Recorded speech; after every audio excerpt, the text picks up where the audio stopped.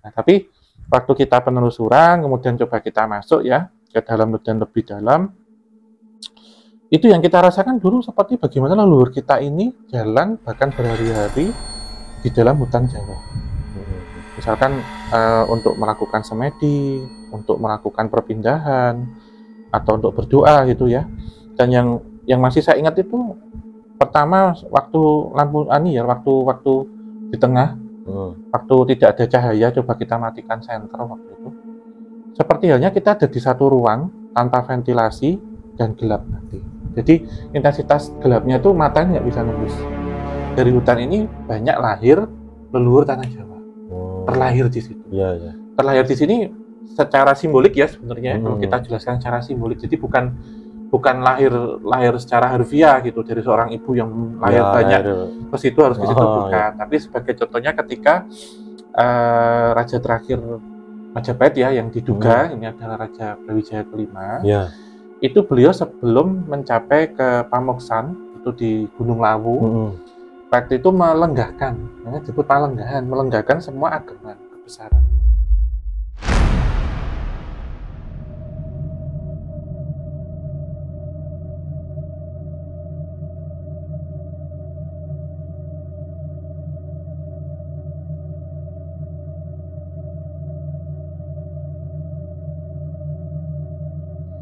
Bismillahirrahmanirrahim. Assalamualaikum warahmatullahi wabarakatuh. Salam rahayu, rahayu bagi kita semuanya. Nah, sesuai janji kita kemarin ya Om ya. Kita kemarin sudah membahas kota gaib Saranjana. Dan di tanah Jawa ini ternyata ada kota gaib juga. Nah, dan uniknya itu ada di beberapa tempat yang lebih mengarahnya itu ke hutan atau alas ya yang ada di tanah Jawa ini. Nah, mungkin kita akan membahas beberapa alas ini ya Om ya. Di urutan pertama mungkin kita akan membahas di alas Purwo dulu ini ya. Kalau ini memang seperti namanya ya, alas Purwo. Purwo itu kan awalan ya. Jadi saya bersama tim Kisah Tanah Jawa 2 kali datang ke sana tahun 2020 untuk memenuhi ini teman-teman Sobat Javanika yang 1 juta subscriber ya. Itu ya.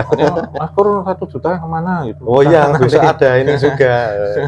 Diramaikan makanya subscribe-nya ya 100.000 dulu aja enggak usah ya. 1 juta gitu. Yang belum subscribe langsung aja tekan tombolnya. Sama nanti kasih ini aja, kasih apa? Komentar ke bawah, misalkan 100.000 mau kemana ya. Tuh kayak KTJ kan tagi aja kan 3,5 juta 4 juta ke Belanda. Ke Belanda. 2,5 aja belum. Ya jadi seperti namanya alas Purwo itu yang pertama. Gitu. Jadi ini ada di Semenanjung Blambangan. Semenanjung Blambangan itu ada di Banyuwangi, jadi di ujung timur tanah Jawa. Ya paling ujung timur sana ya. Terus dinamakan Purwo ini kan memang terbentuknya tanah Jawa itu dari sana. Jadi secara geografik dan juga secara geologi itu terbentuknya dimulai dari sana. Gitu. Dan alas Purwo ini juga terkenal memiliki julukan sebagai bapaknya hutan tanah Jawa. Gitu. Nah, ini nanti kita juga akan membahas ibunya. Nah ya ada nanti. Ada itu siapa nanti diikuti aja terus. Nah ini di alas Purwo sendiri itu kalau saya mengamati itu selain metafisiknya ya, tempat ini juga dipergunakan oleh para leluhur tanah Jawa dan leluhur kita semuanya untuk tempat setirah, semedi, berdoa, menyenangkan diri, nyepi dan macam-macam di situ. Dan gambaran dari hutan tanah Jawa pada masa lampau itu masih ada vegetasinya di alas Purwo. Gitu. Dan di sana juga banyak tempat-tempat petilasan. Ada banyak gua-guanya juga. Gitu. Dia ada macam-macam guanya yang ada di situ ya. Buat gua untuk apa ini? Untuk semedi. Gitu. Selain juga ada taman konservasi cagar alam. Kalau mau lihat merak, mau lihat banteng Jawa itu ada di sana. Banteng juga ini. Jadi luar biasa gitu. Ketika menginjakan kaki di sana itu. Dan ini sebelum nanti kita masuk ke pembahasan yang Mas Pur mungkin ingin tahu ataupun ingin tanyakan, kalaupun mau trek ke Banyuwangi silakan. Gitu. Ya. Nanti dapat info apa nanti ceritakan gitu. Sedikit pengalaman ya waktu itu kami ke sana itu selain ada nazar seperti itu tadi, sebenarnya tujuan ke situ itu untuk apa? Apakah untuk penelusuran? Apakah untuk melihat yang nggak kelihatan? Ataupun tujuannya untuk apa? Nah di sini yang waktu itu yang terucap adalah kita ingin merasakan leluhur kita itu bagaimana dulu. Oh ya. Jadi waktu ke sana justru entitas astral ini sudah diblurkan. Gitu. Kalau ngomong entitas astral macam-macam ada. Dari A sampai Z itu semuanya ada di situ. Ya. Nah, tapi waktu kita penelusuran, kemudian coba kita masuk ya ke dalam dan lebih dalam, itu yang kita rasakan dulu seperti bagaimana leluhur kita ini jalan bahkan berhari-hari di dalam hutan Jawa. Misalkan untuk melakukan semedi, untuk melakukan perpindahan, atau untuk berdoa gitu ya. Dan yang masih saya ingat itu pertama waktu lampu waktu di tengah, waktu tidak ada cahaya, coba kita matikan senter waktu itu. Seperti halnya kita ada di satu ruang tanpa ventilasi dan gelap nanti. Jadi intensitas gelapnya itu mata nggak bisa nembus. Wah, berarti saking gelapnya. Iya. Terus yang kedua hujan deras. Hujan deras itu kita nggak bawa payung, tapi nggak kehujanan karena daunnya, vegetasinya, lebatnya ya. Terus kita menjumpai flora dan fauna di situ. Ada cucak hijau contohnya, ada bunga anggrek macam-macam, dan kita sudah diberitahu oleh BKSDA sumber daya alam waktu itu, konservasi sumber daya alam, untuk hati-hati karena kalau salah ataupun kita nyalai sesuatu hal yang di situ, dendanya nggak main-main, bisa 2-3 M. Wah, itu bahaya ya, sekali. Termasuk itu. Kita ditanya ini sudah 1 juta kok nggak ke sana gitu, izinnya 3 bulan. Wah. Karena waktu kita ada di dalam udah dilepas itu dan udah ditutup gerbangnya, jadi selama semalam tuh eksplor. Dan waktu pagi kita terdampar di pantai lain ya, karena Alas Purwo itu kan bentuknya semenanjung, jadi utara laut, selatan laut, timur laut. Oh ya, yang enggak cuma barat karena barat, langsung ke arah Banyuwangi ya. Terus pas di sana waktu pagi kita melihat matahari terbit. Matahari terbit yang pertama kali di tanah Jawa. Iya, dari timur iya, terbitnya di situ. Jadi pengalaman yang didapat itu lebih ke perjalanan, observasi. Kita melihat gambaran hutan sebenarnya alam itu seperti apa. Ya. Betul. Nah, sebenarnya ini tadi kan saya udah mencoba ke sana ya Om ya. Iya. Tapi kan karena belum tahu sana juga dan banyak mitos itu yang katanya kalau yang sudah masuk itu nggak bisa keluar lagi seperti itu. Ya walaupun itu cuma mitos ya. Iya. Cuma tim kisah tanya walaupun ya alhamdulillah nggak ada apa-apa bisa keluar lagi seperti itu. Iya. Nah itu mitos itu gimana menurut? Iya, kalau mitos ini menurut saya bisa benar bisa salah. Kami waktu itu pun sempat tersesat ya, karena kita menganggap waktu itu kita parkir pertama itu memang nggak jauh dari pantai. Kita menganggap deburan ombak itu mengarah pada di mana tempat kita awal kita parkir gitu. Yeah. Ternyata deburan ombak itu ada di semua penjuru. Dan tak ceritakan tadi. Ya, jadi seharusnya kita turun ke selatan, tapi ini kita jalan ke utara, nyari ombak gitu. Yeah. Nyari ombak gitu. Terus ternyata laut ini kok waktu kita datang loh, ini pantai gitu. Nah, tadi mana jalannya? Jalan kecil kok, Mas, cuman segini gitu, jalan gitu. Terus kita memang buta arah, kita nggak tahu apa-apa di situ. Dan waktu jalan kita hampir semua tempat kemudian kita jelaskan, karena ada pohon yang mungkin 20 orang bergandengan tangan itu. Ya, saya sempat lihat di Kesatuan Tanah Jawa itu, angking besarnya ya itu. Iya, segitu itu nggak bisa gitu. Terus beruntung kita ketemu sama warga lokal. Waktu itu ketemu warga sana. Jadi yang nganter keluar. Kita masuk jam 10 waktu itu, masuk ke hutan jam 10, kita bisa keluar jam 7 pagi. 10 malam sampai 7 pagi. Tapi kita sampai ke pesisir utara itu kalau nggak salah mendekati subuh. Jadi jam 4:30. Karena 4:30 jam 5 itu sudah terang. Ya, terus akhirnya kita jam 5 keluar, sampai luar itu jam 7. Jadi 2 jam. Jadi awal kita berangkat 6 jam, pulang 2 jam. Perbedaannya. Ya, berarti itu mungkin bisa saja kalau orang yang masuk nggak bisa keluar tuh karena ya bingung arah seperti itu ya. Bingung arah ya. Ini secara logika ya, bingung arah seperti itu. Kemudian kedua secara metafisik, biasanya di tempat ini kan hutan yang banyak gerbang antar dimensi. Iya, iya. Banyak sekali portal. Portal-portal itu di situ banyak. Dan waktu itu karena masih pandemi COVID ya, di pandemi ya sekarang masih, tapi waktu itu kan awal-awal 2020. Kita perizinannya memang susah, dan beberapa tempat-tempat seperti ada Gua Ratu, Gua Mayangkoro, ada Gua Istana, ada di situ ditutup semua. Nggak boleh tempat, masuk. Ya, pertapaan seperti dulu dipakai untuk tempat pertapaan Presiden Soekarno ada di situ.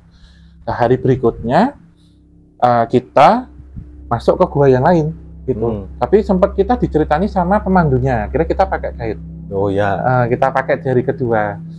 Terus itu ada cerita ada satu gua yang bagus namanya Gua Putri. Tapi sehari semalam perjalanan untuk ke situ. Bisa 7 jam berapa ya? Bisa lebih lah, bisa belasan jam.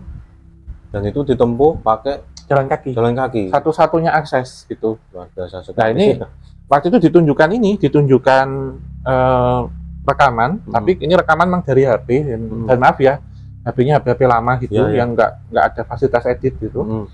Ngelihat ada manusia kecil, tapi nggak kerdil. Mungkin kalau kita apa ya tingginya seberapa ya, segini paling. Hitam. Iya. Tapi manusia. Jadi di waktu jalan, orangnya ini jalan, kesak-kesak dia lari. Tapi nggak ngilang, lari sembunyi.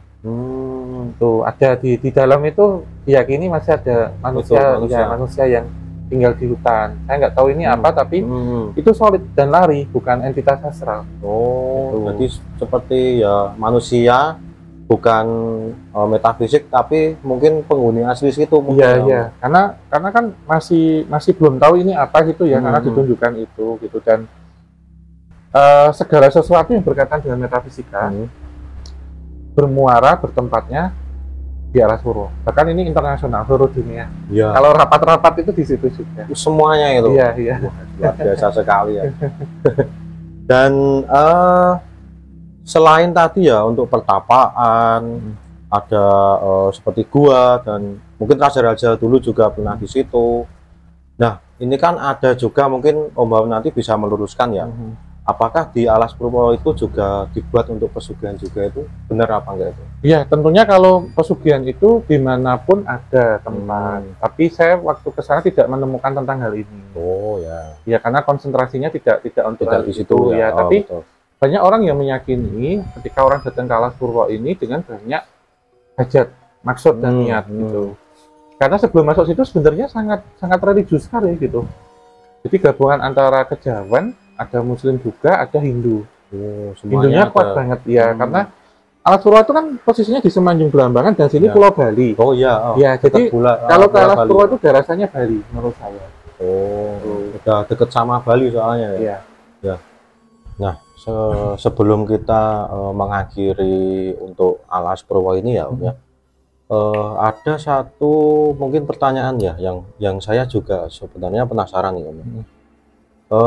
Ada mitos yang menyebutkan itu kalau waktu ke Alas Purwo ini ya, itu kalau ada suara yang memanggil nama atau apa itu untuk jangan menengok seperti itu.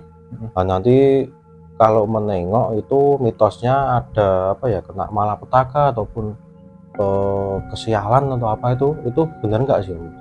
Iya, tentunya ini kalau kemudian kita memikirnya pada satu hal yang rasionalis ya, yang logika, di tengah hutan tentunya yang akan manggil siapa gitu. Kecuali teman-teman kita sendiri, misal kita di sini satu rombongan, dan nengok juga nggak apa-apa karena refleks manusia. Ya itu. Saat dipanggil pasti akan ini. Nengok. Kemudian kalau kita melihat secara kajian metafisiknya, saat kita memasuki tempat-tempat yang dikeramatkan, angker ataupun yang mistis auranya kuat, pantangan memang. Oh, emang nggak boleh? Nggak boleh. Sebenarnya ketika kita dipanggil itu, yang nengok itu memang fisik, tapi yang keambil ini korinnya, sedulur papat mau pancernya itu. Iya, betul. Nah ini kalau ketika dipanggil terus keambil, ketahan, yang membuat orang ini kemudian linglung. Oh ya, sakit, karena ketarik itu tadi ya? Sakit, sial, nggak bisa keluar itu iya gitu. Jadi ini menjadi satu mitos, tapi mitos ini jadi sugesti gitu. Tapi saran saya ya, Ya, mending fokus saja, karena pasti namanya orang capek atau ini kan pasti nggak fokus. ya. Jadi tetap fokus. Ya nanti takutnya mengarah ke sesuatu hal yang memang dipanggil, ada sesuatu yang memanggil ini secara fisik, tapi ke sugesti Ya. itu juga nanti ke bawah-bawah setelah itu. Dan menurut saya ini mitos ya, mitos, bisa benar bisa salah. Nah itu tinggal nanti ada kayak temannya ataupun di tempatnya itu yang seperti apa seperti Iya. itu ya. Iya benar. Jadi mungkin dari Alas Purwo ini cukup menarik sekali, cukup Iya. banyak sekali ya Om.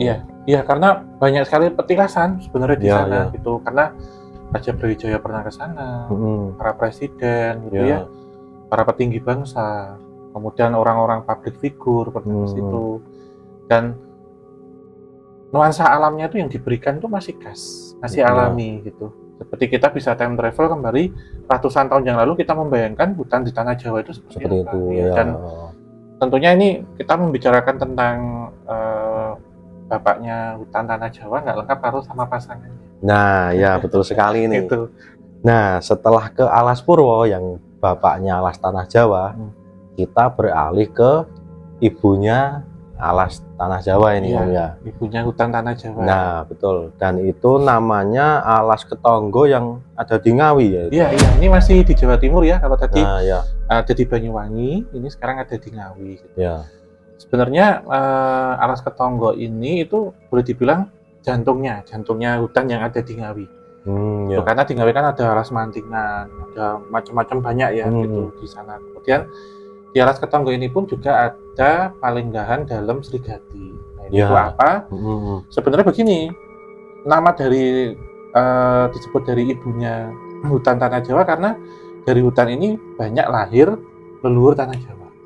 Terlahir di situ. Iya, ya. Terlahir di sini secara simbolik ya sebenarnya, kalau Hmm. kita jelaskan secara simbolik. Jadi bukan lahir secara harfiah gitu dari seorang ibu yang lahir banyak ke situ harus ke situ, bukan. Tapi sebagai contohnya ketika raja terakhir Majapahit ya yang diduga ini adalah Raja Brawijaya kelima. Ya.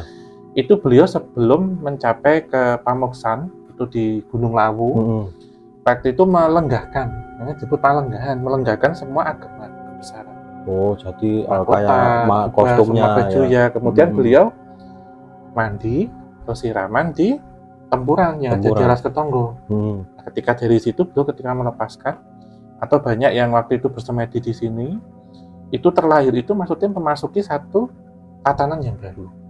Itu terlahir keluar gitu lagi ya. gitu. Karena makna dari air itu selain mensucikan kan juga nih, air ketuban itu kan Oh ya, ikut waktu lahir melahirkan gitu. ya. Jadi banyak sekali di hutan ini melahirkan para petinggi bangsa dan leluhur bangsa. Oh ya. Itu salah satunya tentunya Presiden Soekarno juga yang datang ke sini.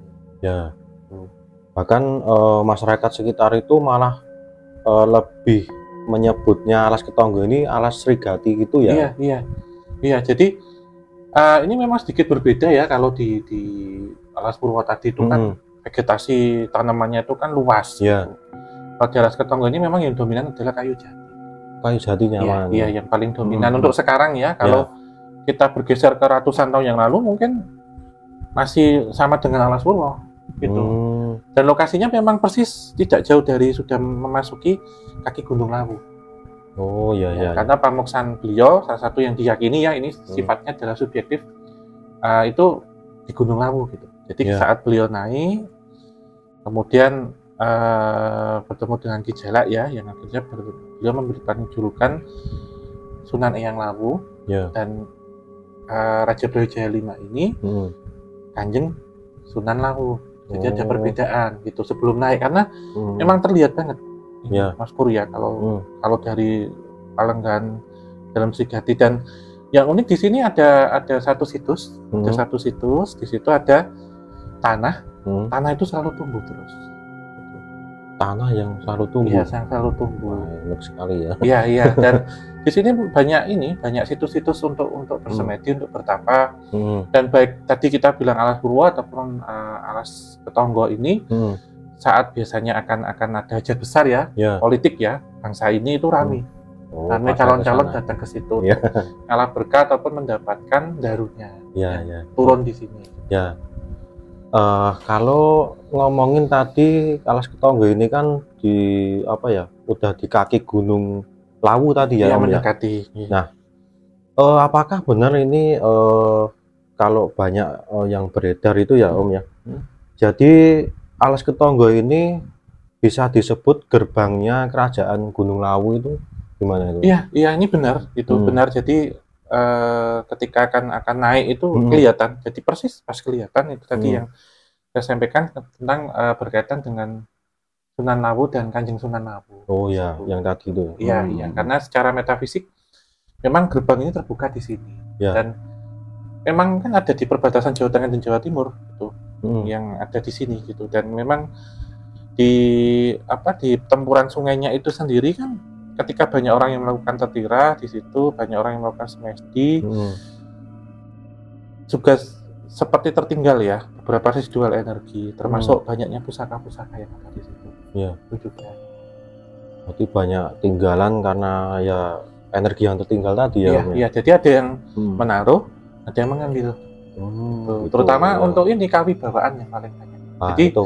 memang kawibawaan, kamulyan, terus untuk pengasihan, komplit Mas di situ. Jadi memang banyak orang yang di malam-malam tertentu melakukan topok di tempuran Kali Ketonggo. Ya, yang bekas untuk Prabu Brawijaya tadi ya, yang pas melepas itu ya. Iya.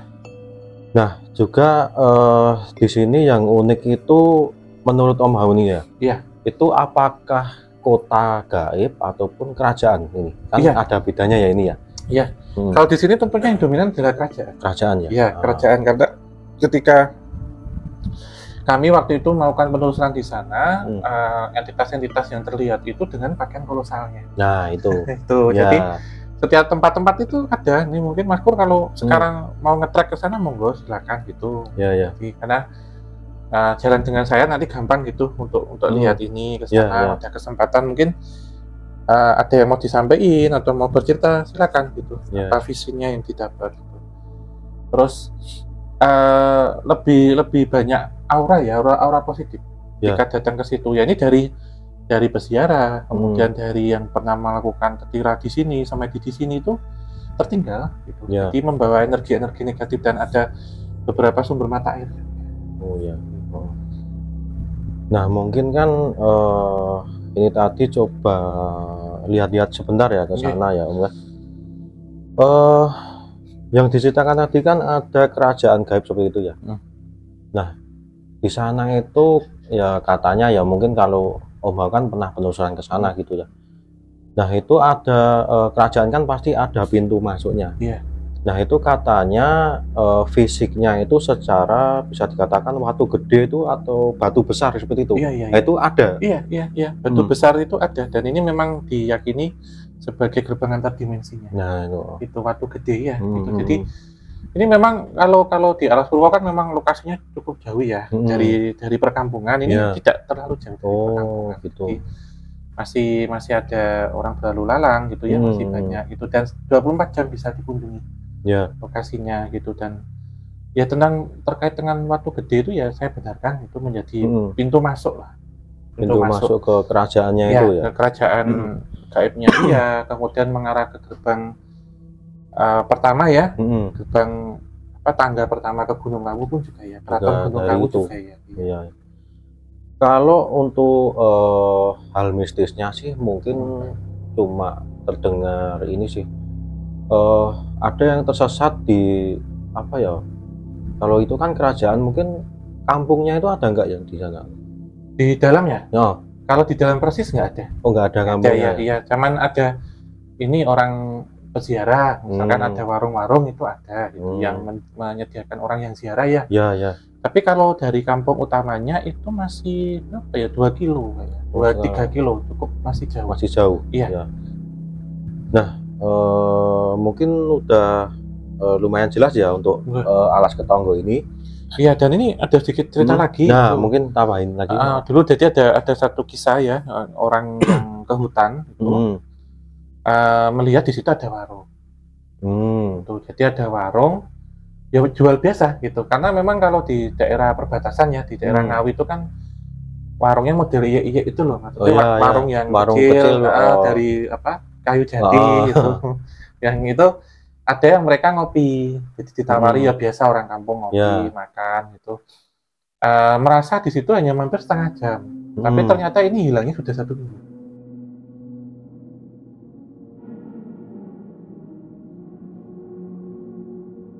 Tempat ini juga kita menemukan beberapa hal.